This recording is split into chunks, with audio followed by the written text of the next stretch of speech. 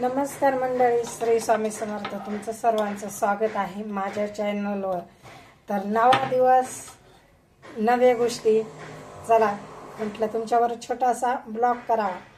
तर कोणाकोणाचं असं होतं का, चहा मांडला पण साखर टाकायचीच विसरते. कधी असं झालंय का, कधी चहापत्ती टाकायची विसरते? तर नाही, फक्त साखर विसरते. कारण ते साखर अगोदर टाकली तर लक्षात राहते, नंतर टाकली तर विसरून जाते. राहिला विषय चहाला चव गोडव्याशिवाय नाही, आणि तशी माणसाला चव बोलण्याशिवाय नाही बरं का.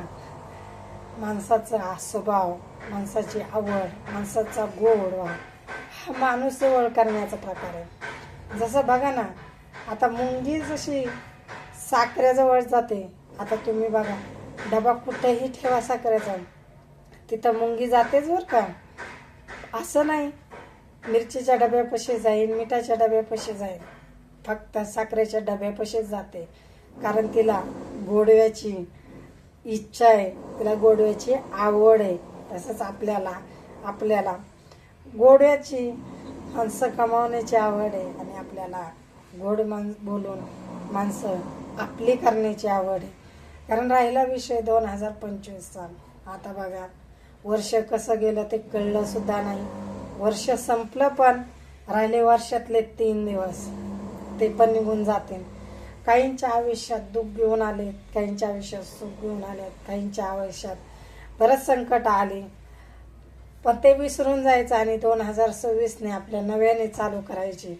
राहिला विषय असा, नव्याने चालू का करायची, की नव्याने जसं साखर मुंगीला गोडवा देते, तसंच आपल्याला, आपल्या मनाला, आपल्या माणसांना गोडवा द्यायचा आहे आणि संकल्प करायचा आहे. कारण ज्या गोष्टी आपण 2025मध्ये केल्या, त्या गोष्टी आपल्याला 2026मध्ये करायच्या नाहीत बरं का. कारण काय होतं, त्या गोष्टीमध्ये आपण खेचलो जातो, त्या गोष्टीमध्ये आपण मागे खेचतो, त्या विचाराने आपण गुंतून जातो. आपल्याला पुढं जे वाटचाल करायची ते जागेवरच राहून जातं, आणि आपण आपल्या मागच्या भूतकाळात रमतो. असं करायचं नाही आपल्याला. 2025 जाग्या सोडून द्यायचा, आणि 2026च्या नवीन वर्षाची नवीन सुरुवात आणि नवीन दिवसापासून होते. अक्कलकोटी स्वामी समर्थाच्या दिवसापासून होती बरं का. राहिला विषय गुरुवार येतो. बघा ना, किती नशीब आहे आपलं की नवीन वर्षाची सुरुवात महान गुरुवार विषय अक्कलकोट स्वामी समर्थांच्या दिवशी होतोय. आपण किती भाग्यवान आहेत ना की असा दिवस यायला सुद्धा. तर 2026 सगळ्यांना चांगला जावो. 2026 सगळ्यांच्यात प्रेम सुख घेऊन येऊ, आणि हो सगळ्यांना आशीर्वाद आणि ताकद द्यावं की आलेल्या संकटाला कसं हुसकवून लावता येईल. ह्यासाठी मी स्वामींकडे प्रार्थना करते की सगळ्यांना सुखी ठेव आणि सगळ्यांच्या इच्छा पूर्ण कर. नवीन वर्ष त्यांना सगळ्यांना वर्षभर सुखात जाऊ दे. राहिला विषय तुम्ही म्हणता 2025मध्ये घडलेल्या गोष्टी सहज कसा विसरता येईल. बरोबर आहे तुमचं. नाही, काही गोष्टी अशा आहेत की नाही लवकर विसरत, पण हो विसरणं आपल्या हातात आहे. हो 2026 आपल्या नव्या आयुष्याने आणि नव्या सुंदरतेने, जसं घड्याळाचा काटा कसा दररोज कुणी रडलं पडलं तरी तो आपला जेवढ्या वेगाने पळायचा आहे तेवढ्याच वेगाने पळतो. तो कुणासाठी थांबत नाही. मग आपलं काय, आपण का कुणासाठी थांबायचं. माणूस जन्माला आला म्हणजे एकटाच आलाय, आणि जातानाही तो एकटाच जाणार आहे, आणि त्याच्या दुःख वाट्याला एकटंच येतं असं काय नाही. पण हो प्रत्येकाला सुख दुःख असतं बरं का. प्रत्येकामध्ये काही ना काही गोष्टीमुळे दुःख असतं, काही गोष्टीमध्ये सुख असतं, पण ते आपल्याला सुख कशात आहे ते शोधायचं आहे. राहिला विषय असा, 2026 हे आपल्यासाठी चांगलं घालवायचं आहे, लोकांसाठी नाही. कारण आता जगताना उमेद एकच ठेवायची की चांगलं जगायचं आहे, आणि ते आपल्यासाठी जगायचं आहे. राहिला विषय हा की पैसाही कमवायचा आहे, पण पैसा कमवता कमवता माणसं सुद्धा कमवा बरं का. कारण पैशाच्या गर्वानं माणूस कमवायचं विसरूनच जातो माणूस.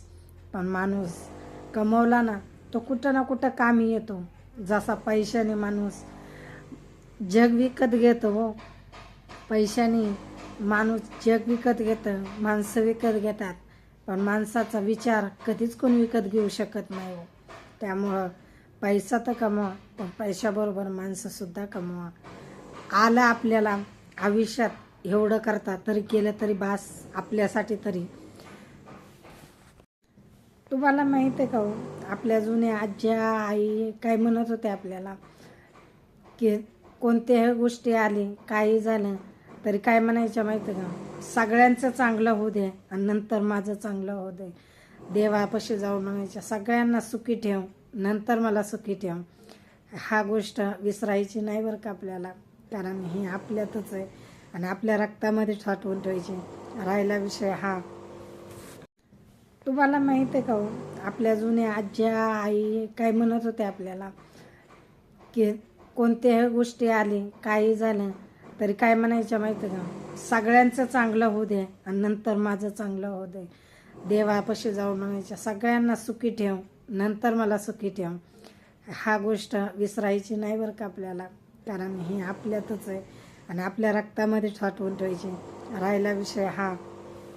राहिला विषय की माणूस समोरचा कसा वागतो तसं आपण नाही वागायचं, कारण आपल्याला आपले संस्कार, आपण ज्या मातीत जन्म घेतला त्या गोष्टीचा विचार करायचा आहे.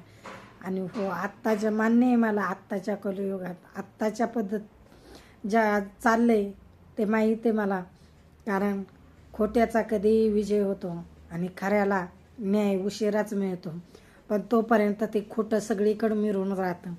कारण न्याय आपल्या खोट्या आणि खरं बोलण्यावर असतो. कारण बघा ना, काही लोक खोटं बोलून माणसं हे करून जातात आणि आपण खरं बोलून माणसं वाईट करतो.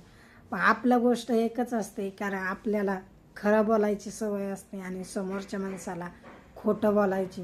पण कधीही सांगू का, खरं कधीच पचत नाही आणि खोटं कधीच होत नाही बरं का. कारण खरं बोललं ना तर बघा ना, शेजारी एखादी गप्पा मारायला बसलो ना तर खरं बोललं ना की खूप राग येतो तिला, ते रागाने उठून सुद्धा जाते. होतं का तुमच्याबरोबर असं? पण एखादी गोष्ट ती जर खोटं बोलले ना तर ते आजूक रमून जाते. पण आपल्याला समोरच्याचं मन खोटं म्हणून नाही जिंकवायचं, तर आपल्याला समोरच्याचं मन खरं म्हणून जिंकवायचं आहे. आणि आयुष्यात आपल्याला एवढं जरी केलं ना तरी आपल्याला परमेश्वरापाशी नक्कीच चांगलं जागा भेटेन. आणि हो, राहिला विषय खऱ्याचा आणि खोट्याचा, खोटं बोलायला हिथं का माणसात जरी न्याय नाही भेटला तर आपण किती खरं बोलतो आणि किती खोटं बोलतो हे आपल्या देवाला माहीत असतं आणि आपल्याला तिथं न्याय भेटतो. जरी आज खोट्याचा जरी विजय झाला असला ना, पण मनातून तो खरा वर विजय होतो. तर मित्रांनो, आज खरंच मनात काय वाटलं माहीत नाही, पण व्हिडिओ करायचं खूप इच्छा झाली म्हणून आज व्हिडिओ केला.